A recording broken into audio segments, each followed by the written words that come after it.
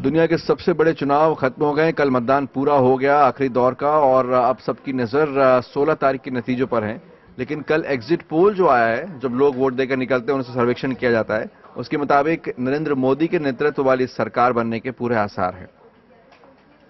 सुबह बनारस, शाम बनारस, मोदी तेरे नाम बनारस। इस बार के एग्जिट पोल पर यकीन करें तो नरेंद्र मोदी का प्रधानमंत्री बनना तय है। लगभग सारे चैनल एनडीए का बहुमत बता रहे हैं। आज तक के मुताबिक एनडीए को 272 सीटें मिल सकती हैं, यूपीए को 115 सीटें मिल सकती हैं, जबकि अन्य को 156 सीटें मिलने का अनुमान है। एबीपी न्यूज एनडीए को 281 सीटें दे रहा है, यूपीए को सिर्फ 97 और अन्य को 165। इंडिया टीवी ने एनडीए को 289, यूपीए को 101 और अन्य को 153 सीटें दी हैं। टाइम्स नाउ जरूर एनडीए को 249 सीटें दे रहा है, यूपीए को 148 और अन्य को 146 सीटें उसके एग्जिट पोल में मिल रही हैं। कुछ चैनल एनडीए को 300 से भी ज्यादा सीटें दे रहे हैं। कांग्रेस और उसके सहयोगी याद दिला रहे हैं कि पहले भी ऐसे पोल पिटते रहे हैं। उम्मीद करते हैं कि इतना अच्छा रिजल्ट आएगा जो आप लोग भी देखेंगे तो लगेगा आप लोगों को कि जो ये एग्जिट पोल और ओपिनियन पोल आप लोग चला रहे थे वो आप लोगों को अंदाजा हो जाएगा 16 तारीख को। एनडीए सबसे बड़ा एक गठबंधन तो होगा, लेकिन आज भी हमें विश्वास है कि देश में त्रिशंकु लोकसभा है, फ्रैक्चर मैंडेट है। आने वाले दिनों में और भी दल तय करेंगे क्या होना है। लेकिन बीजेपी एग्जिट पोल्स को अपनी लहर पर मुहर मान रही है। जो कुछ एग्जिट पोल में आ रहा है वही जमीन पर है। जो कुछ जमीन के और जो देश के गांव चौराहों पे और कस्बों में जो दीवारों पर लिखा हुआ है, बहुत साफ तौर से लिखा हुआ है, बहुत मोटे अक्षरों में लिखा हुआ है कि देश करप्शन और कुशासन से मुक्त चाहता है और सुशासन के स्वर्णिम युग की स्थापना चाहता है। जाहिर है बीजेपी इससे खुश होगी।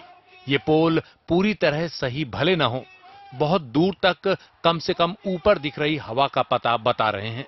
देखना है ये अंदाजे कितने सही निकलते हैं। एग्जिट पोल पर तमाम नेता अपनी प्रतिक्रिया दे रहे हैं। बीजेपी के नेता उत्साहित दिख रहे हैं और कुछ बाकी नेताओं का, विरोधी नेताओं का कहना है कि ये सच नहीं है, सच 16 तारीख को ही बाहर आएगा। Well, it's a matter of only 72 hours. At times it's very difficult to accept the reality. But if they don't accept the reality of the exit poll, they'll have to accept the reality on the 16th. Congress का जो भयानक भ्रष्टाचार था और विपक्ष की जो भयावह चुप्पी थी, उसके खिलाफ 3 साल पहले हमने एक माहौल तैयार किया। हम लोग सड़कों पर उतरे, हमने अनशन किए, हमने प्रदर्शन किए, धरने दिए, हमने मेमोरेंडम दिए, रैलियां निकाली और देश में एक जागृति आई। वो जागृति वोट परसेंटेज में भी दिखाई दी कि भारत के इतिहास में सबसे ज्यादा वोट परसेंट सब जगह उस तरह से पड़ी। उसको अपनी ब्रांडिंग, मैनेजमेंट और पैसे के भरोसे भाजपा ने भरने की कोशिश की और जैसा एग्जिट पोल दिखा रहे हैं, अगर वैसा है तो काफी सक्सेसफुली उन्होंने भरा भी। अगर एग्जिट पोल को सही मान लिया जाए तो ये चिंता का विषय जरूर है हम लोगों के लिए, यूपीए के लिए एज ए होल। और हम ये कह सकते हैं कि जो भी पब्लिक का डिसीजन है, जो निर्णय है, उस वर्डिक्ट को मानना चाहिए। यही लोकतंत्र।